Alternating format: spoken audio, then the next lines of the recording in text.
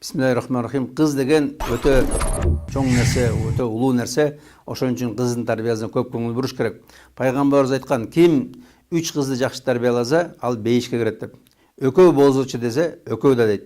Бирөө болзочу десе, бирөө да дейт. Урматтуу туугандар, бир кызды жакшы тарбияласак 5 киребиз. Эмне үчүн? Себебинде кыз бир убакта эле кызыбыз, жакшы болсо кызыбыз бизди мактайт, бизди алкайт, биз мактанабыз, сыймыктанабыз.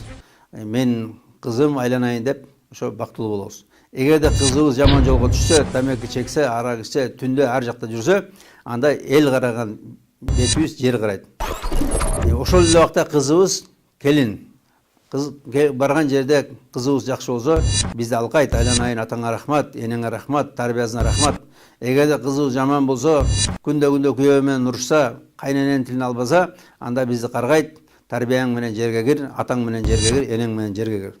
Ушул эле кыз жеңе деген мастер производственного обучения. Ал кайнилерди тарбиялайт, ошолорду карайт, ошолорду багат. Эгерде жеңе жакшы болсо, жакшы тарбиялап туруп, жакшы жерге өзү эле берип коет.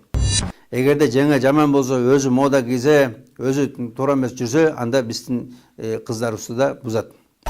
Ошол эле убакта кызыбыз жар.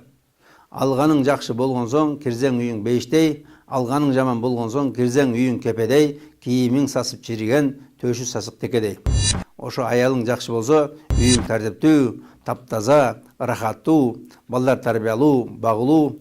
Эгерде алганың жаман болсо, ар ким менен чырдашса, өзүң менен чырдашса, тилиңди албаса, качып жүрсө, анда шор болосуң, кор болосуң. Ушул эле убакта чоң эне деген профессор, чоң эне деген кыздарды, келиндерди тарбиялайт, ошолорго акыл насаат айтат, үйрөтөт, жакшы болсо жакшы тарбия берет, жаман болсо өзү тамеки чексе, арак ичсе, мода кийсе, анда бүт кыздарга туура эмес үлгү болот, туура эмес тарбия берет. Ошол эле кыз кайнене деген главный инженер, ал келген келинди тарбиялайт, ары баспай бери бас, андай турбай мындай тур, андай куйбай мындай куй, ошентип балага келинди үйрөтүп берет. Эгерде наркы жок болсо, келин тарбияланып билбесе, анда баланын шору. Ошол эле убакта кызыбыз карындаш, тайне, тайэже, эже, сиңди, карындаш. Мына ошон үчүн ушунча ролду жакшы аткарыш үчүн кызды аябай жакшы тарбиялаш керек, аларды үйрөтүш керек, көндүрүш керек. Чоң рахмат, Алла ыраазы болсун.